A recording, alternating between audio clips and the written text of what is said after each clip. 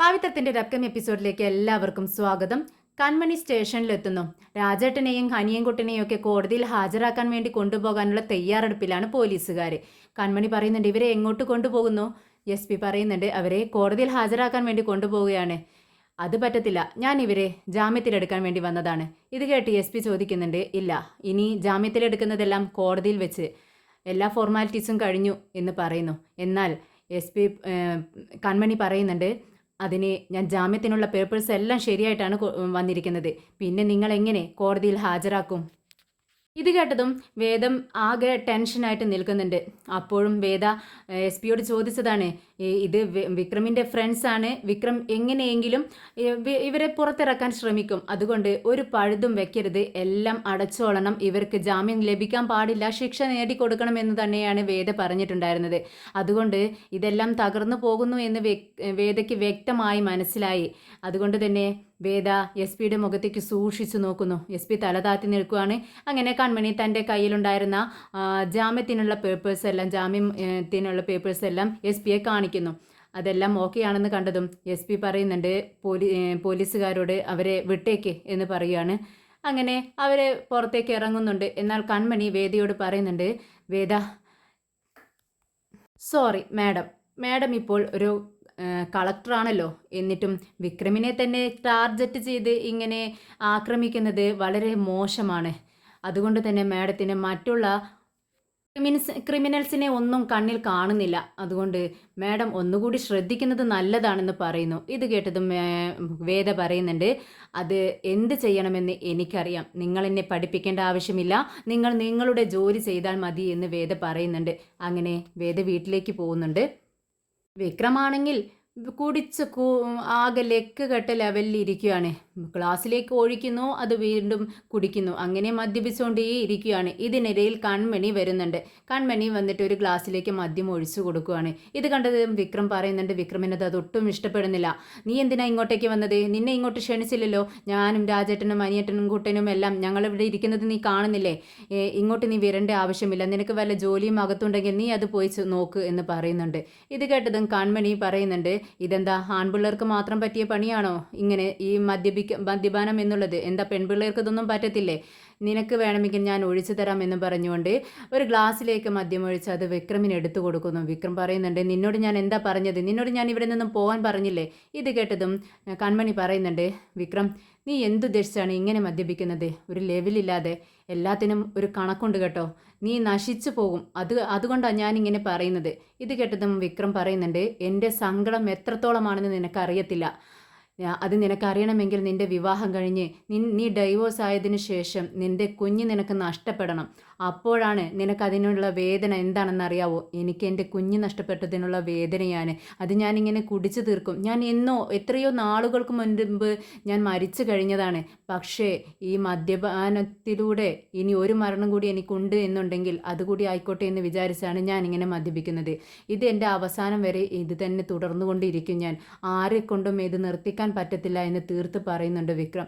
പക്ഷേ കൺമണി പെട്ടെന്ന് പറയുന്നുണ്ട്, എനിക്കാണതിനുള്ള നഷ്ടം, എനിക്കാണതിനുള്ള വേദന എന്നങ്ങ് പറയുമ്പോഴേക്കും വിക്രമും രാജേട്ടനും അനിയൻകുട്ടനും ഒക്കെ കൺമണിയുടെ മുഖത്തേക്ക് തന്നെ നോക്കുവാണ്, എന്താണ് കൺമണി ഈ പറയുന്നതെന്ന് വിചാരിച്ച്. പക്ഷേ കൺമണിക്ക് പെട്ടെന്ന് കൺമണിയുടെ ഉള്ളിലുള്ള വികാരം പുറത്തേക്ക് വന്നതാണ്.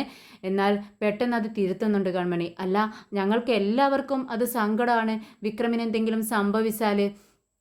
വിക്രമിനെ ഞങ്ങളെല്ലാവരും അനിയൻകുട്ടനും രാജേട്ടനും എല്ലാവരും നന്നായി സ്നേഹിക്കുന്നില്ലേ? അപ്പോൾ വിക്രമിന് എന്തെങ്കിലും സംഭവിച്ചാൽ ഞങ്ങൾക്കല്ലേ കുഴപ്പം, വേറെ ആർക്കാ കുഴപ്പമുണ്ടാവുന്നത് എന്ന് പറയുകയാണ്. അപ്പോൾ വിക്രം പറയുന്നുണ്ട്, ഞാൻ പറഞ്ഞതുപോലെ നീ പോ, ഇവിടെ നിൽക്കണ്ട എന്ന് പറഞ്ഞുകൊണ്ട് നിർബന്ധിച്ച് കൺമണിയെ അകത്തേക്ക് പറഞ്ഞയക്കാൻ നോക്കുവാണ് വിക്രം. അപ്പോൾ കൺമണി പറയുന്നുണ്ട്, ഇന്ന് എല്ലാവർക്കും ചപ്പാത്തി ഉണ്ടാക്കാം. ഇത് കേട്ടതിന് രാജേട്ടൻ പറയുന്നുണ്ട്, കൺമണി ചപ്പാത്തിക്ക് നല്ല കറി ഉണ്ടാക്ക്, ബീഫ് കറി മതി കേട്ടോ, ഞങ്ങൾ ഹെൽപ്പ് ചെയ്യാം കൺമണിയെ എന്ന് പറഞ്ഞുകൊണ്ട് എല്ലാവരും കിച്ചണിലേക്ക് പോകുന്നുണ്ട്.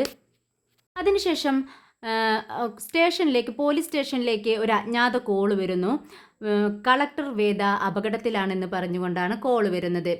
വിക്രമാൻ്റെ ആളുകളാണ് വിളിക്കുന്നതെന്നുള്ള മട്ടിലാണ് കോള് വരുന്നത്. എൻ്റെ വിക്രമൻ ചേട്ടനെ ഉപദ്രവിക്കാൻ മാത്രം നിങ്ങളുടെ കളക്ടർ മാഡം വളർന്നോ? ഞങ്ങൾ ആരാണെന്ന് നിങ്ങൾക്ക് അറിയത്തില്ല. മര്യാദക്ക് കളിച്ചില്ലെങ്കിൽ നിങ്ങളെ ഞങ്ങൾ കളി പഠിപ്പിക്കും, അവസാനിപ്പിച്ച് കളയും മേഡത്തെ ഞങ്ങൾ എന്നും പറഞ്ഞുകൊണ്ടാണ് കോള് വരുന്നത്.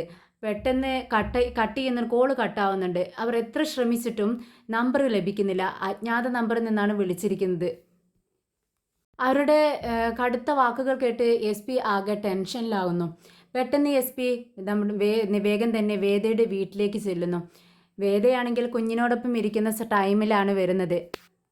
എസ് പി കപിലനെ കണ്ടതും വേദ ചോദിക്കുന്നുണ്ട്, അല്ല എന്താ താൻ ഈ നേരത്തെ ഇവിടെ, എന്താ വീട്ടിലേക്ക് വന്നിരിക്കുന്നതെന്ന് ചോദിക്കുന്നു. അത് മാഡം, ഞാൻ വിളിച്ച് സംസാരിക്കാമെന്നാണ് ചിന്തിച്ചത്. പക്ഷേ അങ്ങനെ ഫോണിലൂടെ സംസാരിക്കാൻ പറ്റിയ ഒരു കാര്യമല്ല, നേരിട്ട് സംസാരിക്കേണ്ട കാര്യമാണ്. അതുകൊണ്ടാണ് ഞാൻ ഇങ്ങോട്ടേക്ക് വന്നത്. ഒരു 10 മിനിറ്റ് ടൈം എനിക്ക് വേണ്ടി മാറ്റിവെക്കാൻ പറ്റുമോ മാഡം എന്ന് ചോദിക്കുന്നുണ്ട്. അതിനെന്താ, താൻ അകത്തേക്ക് വാ എന്ന് പറഞ്ഞുകൊണ്ട് കപിലനെ അകത്തേക്ക് ക്ഷണിക്കുന്നുണ്ട് വേദ. മോളിനോട് വേദ പറയുന്നുണ്ട്, മോളെ നിനക്ക് 1 അവർ ഞാൻ ടൈം തന്നു ഗെയിം കളിക്കാൻ.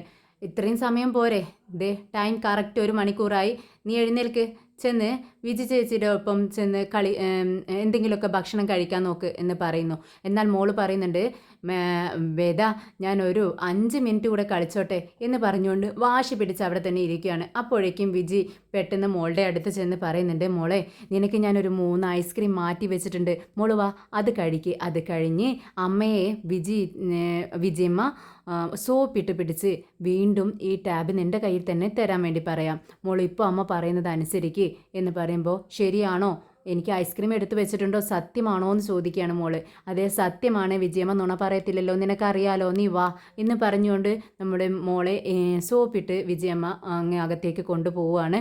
അങ്ങനെ വേദ ചോദിക്കുന്നുണ്ട് എന്താ കാര്യമെന്ന് കപിലനോട് ചോദിക്കുകയാണ്. അപ്പോൾ കപിലൻ പറയുന്നുണ്ട്, മാഡം സ്റ്റേഷനിലേക്ക് ഒരു അജ്ഞാത കോള് വന്നു, മാഡം അപകടത്തിലാണ്, മാഡം ഒന്ന് സൂക്ഷിക്കണം, അതുകൊണ്ട് മാഡത്തിന് വീട്ടിൽ ഗൺമാനെ അറേഞ്ച് ചെയ്യുന്നുണ്ട് ഞങ്ങൾ എന്ന് പറയുന്നു. ഇത് കേട്ടതും വേദ ചോദിക്കുന്നുണ്ട്, ഗൺമാനെ വീട്ടിൽ അറേഞ്ച് ചെയ്യുന്നുണ്ടെന്നോ, അതിൻ്റെ ആവശ്യം എന്താ എന്ന് ചോദിക്കുന്നു. ഉടനെ കപിലൻ പറയുന്നുണ്ട്, അത് മാഡം ഒരു അജ്ഞാത കോള്, മാഡം അപകടത്തിലാണ്, മാഡത്തെ അപായപ്പെടുത്തുമെന്ന് പറഞ്ഞുകൊണ്ടാണ് കോള് വന്നിരിക്കുന്നത്. അവരുടെ സ്വരം അത്ര ശരിയല്ല മാഡം, ഞാൻ വീണ്ടും ആ കോള് കേട്ടു, വോയിസ് ഞാൻ കേട്ടു, അത്ര ശരിയല്ല അവർ സംസാരിക്കുന്നത്.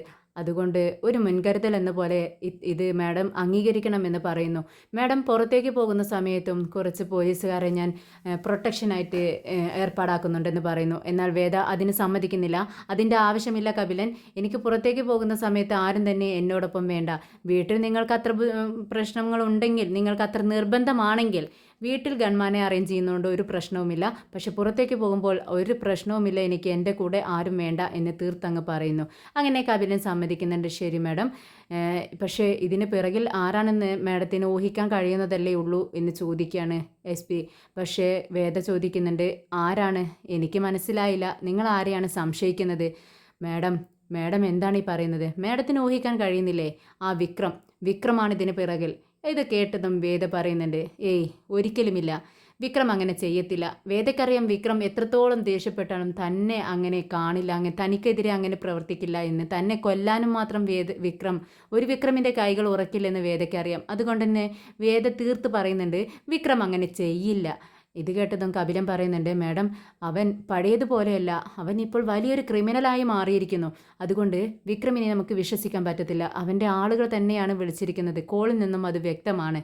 അതുകൊണ്ട് മാഡം ഒന്ന് ശ്രദ്ധിക്കണം, നന്നായി ശ്രദ്ധിക്കണം മാഡം, പുറത്തു പോകുമ്പോഴും ശ്രദ്ധിക്കണമെന്ന് പറയുന്നു. ശരി, ഞാൻ ശ്രദ്ധിച്ചോളാം, കപിലൻ ഇപ്പോൾ പോ എന്ന് പറഞ്ഞുകൊണ്ട് എസ് പി അവിടെ നിന്നും പറഞ്ഞയക്കുന്നുണ്ട് വേദ. അതിനുശേഷം വേദ കുറച്ച് സമയം മോളുടെ അടുത്ത് ചെന്ന് ഇരിക്കുകയാണ്. മോളിങ്ങനെ പഠിക്കുന്നുണ്ട്. അപ്പോൾ വേദ ചോദിക്കുന്നുണ്ട്, മോള് പഠിക്കുകയാണോ? ആ അതെ വേദ, ഞാൻ പഠിക്കുകയാണ്. കണ്ടില്ലേ, ഈ നമ്മൾ ആദ്യം പോയിരുന്ന സ്കൂളിൽ ഫുൾ ഇംഗ്ലീഷിലാണ് സംസാരിച്ചിരുന്നത്. പക്ഷേ ഇവിടെ കേരളത്തിൽ വന്നതിന് ശേഷം ഫുൾ മലയാളത്തിലാണ് സംസാരിക്കുന്നത്. അതുകൊണ്ട് ഞാൻ വളരെ ഹാപ്പിയാണ്. അതെന്താണ് വേദ ഇവിടെ ഇങ്ങനെ മലയാളത്തിൽ സംസാരിക്കുന്നതെന്ന് ചോദിക്കുകയാണ് മോള്. അത് കേട്ടതും വേദ പറയുന്നുണ്ട്, അത് മോളെ, ഇത് മലയാളം മീഡിയം സ്കൂളല്ലേ, അതുകൊണ്ടാണ് അങ്ങനെ. ഉടനെ വേദ മോള് ചോദിക്കുന്നുണ്ട്, അമ്മയ്ക്ക് ഇതൊക്കെ അറിയാവോ? അമ്മ ആ ആന എന്നൊക്കെയാണ് പഠിപ്പിക്കുന്നത് ഇവിടെ എന്ന് പറയുമ്പോൾ വിജി നിന്ന് ചിരിക്കുന്നുണ്ട്. അത് കേട്ട് വേദ പറയുന്നുണ്ട്, എന്താ വിജി ചേച്ചി, മോള് പഠിക്കുന്ന സമയത്ത് മോള് ഇങ്ങനെ കളിയാക്കി ചിരിക്കാവോ എന്ന് ചോദിക്കുകയാണ്. ഇത് കേട്ടതും പിന്നെ വേദ പറയുന്നുണ്ട്, വിജി പറയുന്നുണ്ട്, ഇല്ല ഇനി ഞാൻ ചിരിക്കത്തില്ല, മമ്മി മോളും കൂടെ സംസാരിക്കേ എന്ന് പറഞ്ഞുകൊണ്ട് കൈ കെട്ടിക്കൊണ്ട് നിന്ന് കേൾക്കുവാണ് വിജി. വേദ, എനിക്ക് ഈ സ്കൂൾ ഒരുപാട് ഇഷ്ടമായി കേട്ടോ, ആദ്യത്തെ സ്കൂളിനേക്കാളും നല്ല സ്കൂളാണെന്ന് പറയുമ്പോൾ വേദ പറയുന്നുണ്ട്, അത് അങ്ങനെ തന്നെയാണ് മോളെ, മോള് അതിനു വേണ്ടിയല്ലേ ഞാൻ ഈ സ്കൂളിൽ മോളെ ചേർത്തത്, മോൾക്ക് ഇഷ്ടമായല്ലോ, അമ്മയ്ക്ക് സമാധാനമായി എന്ന് പറയാണ്. ഇത് കേട്ടതും വിജി പറയുന്നുണ്ട്, എന്നാലും ഇതല്പം കൂടിപ്പോയി കേട്ടോ വേദേ, പിന്നെ നിനക്ക് മലയാളം മീഡിയം സ്കൂളിലാണ് ചേർത്തുന്നതെങ്കിലും അവിടെ ഇംഗ്ലീഷ് മീഡിയത്തിൽ ചേർത്താമായിരുന്നു നിനക്ക്, എന്തിനാ ഇങ്ങനെ മോളോട് ചെയ്തത് എന്ന് പറയുവാണ്.